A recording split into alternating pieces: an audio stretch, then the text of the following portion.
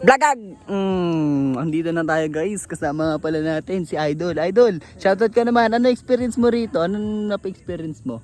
I think parang ayoko nang umulit. Ayun na umulit guys. Ayun yun na. Nadala na. Eh, how about si Ocho? Huwag mo nawakan, Cho. Guys, yung na-experience ko dito guys, para kami nag-training. Pahit ko na nga, tinan mo. Sukatin mo nga. Yun o. Okay siya guys. Tingnan mo naman o. Blagag.